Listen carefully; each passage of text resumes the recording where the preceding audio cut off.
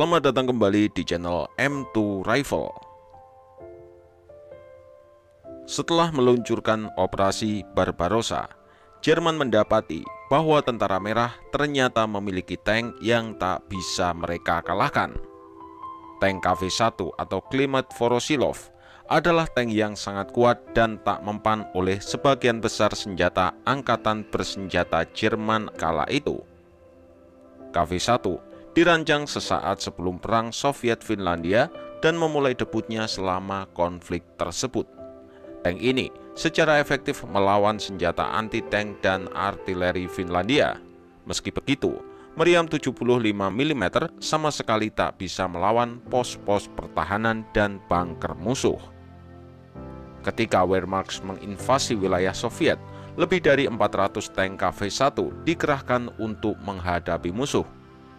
Baik tank maupun artileri anti-tank Jerman ternyata sama sekali tak bisa menghancurkan tank-tank Soviet yang mereka juluki monster Rusia atau hantu itu. Satu-satunya cara adalah dengan membiarkan KV-1 mendekat hingga jarak 500 meter lalu menyerangnya. Itu berarti sama saja dengan tindakan bunuh diri. Langkah paling efektif untuk melawan tank KV-1 adalah dengan senjata pertahanan udara Flak 88 mm. Senjata jenis ini mampu melawan KV-1 dari jarak jauh. Ada pula cara lain untuk menghadapi tank hantu ini meski agak rumit, yaitu tentara Jerman harus menghindari serangan langsung dan meminta dukungan angkatan udara. Namun sebelum kita melanjutkan video ini, kami ingatkan bagi kalian yang belum subscribe untuk tekan tombol subscribe dan juga aktifkan tombol loncengnya agar kalian mendapatkan notifikasi dari video terbaru kami selanjutnya. Uni Soviet mengerti betul bahwa tank sebenarnya dibuat untuk menerobos pertahanan lawan dan menghancurkan area yang memiliki pertahanan. Oleh karena itu, pada tahun 1937, dibuatlah tank kelas berat pertama di dunia dengan nama T-35. T-35 dirancang pada tahun 1937 dan selesai pada tahun 1938. Pada tahun 1939, terjadilah pecah perang yang disebut Perang Musim Dingin atau Winter War. Perang ini terjadi karena Uni Soviet menghadapi pertemuan buntu dengan Finlandia. Kedua negara ini sebenarnya mengadakan pertemuan untuk perdamaian kedua negara, namun Menteri Luar Negeri Finlandia tidak datang dalam pertemuan ini, sehingga menyebabkan Uni Soviet menyerang Finlandia pada tahun 1939 setelah invasi terhadap Polandia. Pada perang ini, Uni Soviet mengeluarkan tank terbarunya yaitu T-35, KV-1, dan KV-2. KV-1 memiliki satu turret dengan senjata meriam L11 kaliber 76,2 mm dan senapan DT kaliber 7,62 mm.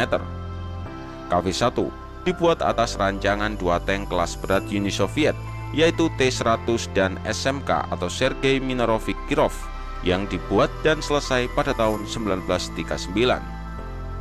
SMK sendiri memiliki dua turret dengan meriam L11 kaliber 76,2 mm pada turret utama dan meriam 20K kaliber 45 mm pada turret kedua yang ada di bagian depan di bawah turret utama. Namun, kedua tank tersebut hanya digunakan sebagai tank percobaan oleh Uni Soviet.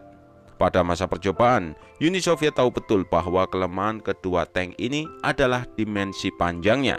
Sehingga pada tahun 1939, Joseph Stalin meminta agar membuat tank baru dengan rancangan T-100 dan SMK, namun lebih pendek dan berukuran sedikit lebih kecil.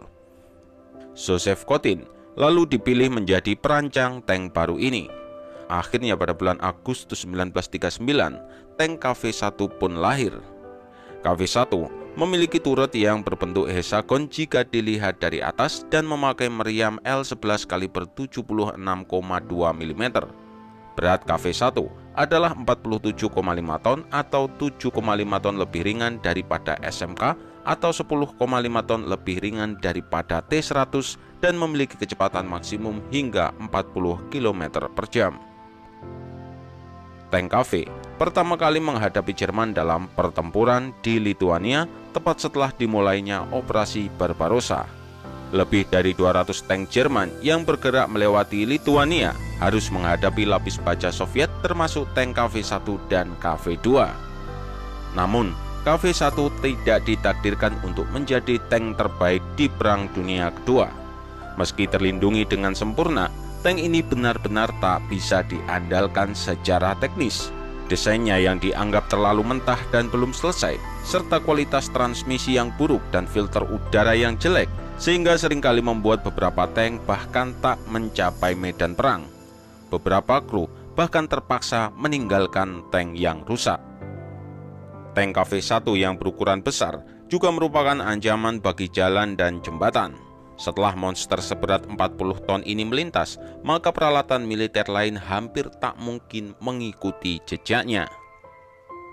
Para perancang Soviet kemudian mencoba untuk memperbaiki semua kelemahan ini.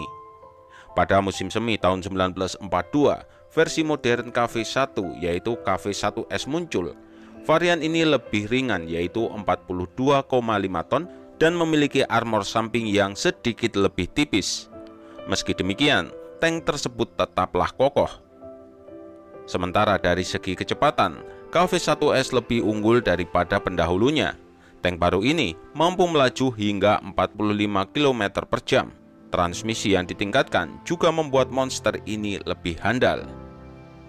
Namun, semua persiapan itu akhirnya sia-sia, karena pada akhir musim panas tahun 1942, Wehrmacht mulai menggunakan tank Tiger secara massal. Tank Tiger langsung membuat tank KV ketinggalan zaman.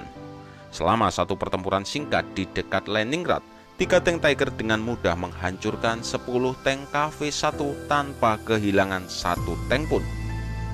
Produksi KV-1 lalu dihentikan pada tahun 1943. Tank ini lantas membuka jalan kepada tank Joseph Stalin atau IS yang baru. Inilah tank berat Uni Soviet paling mematikan dalam lapis perang baja terbaik pada Perang Dunia Kedua yang menghabisi Nazi Jerman. Bagi kalian yang menyukai video ini, jangan lupa untuk komen, like, dan juga share ke media sosial kalian. Terima kasih sudah menonton video ini mulai awal hingga akhir. Demikian dari kami dan salam M2 Rifle.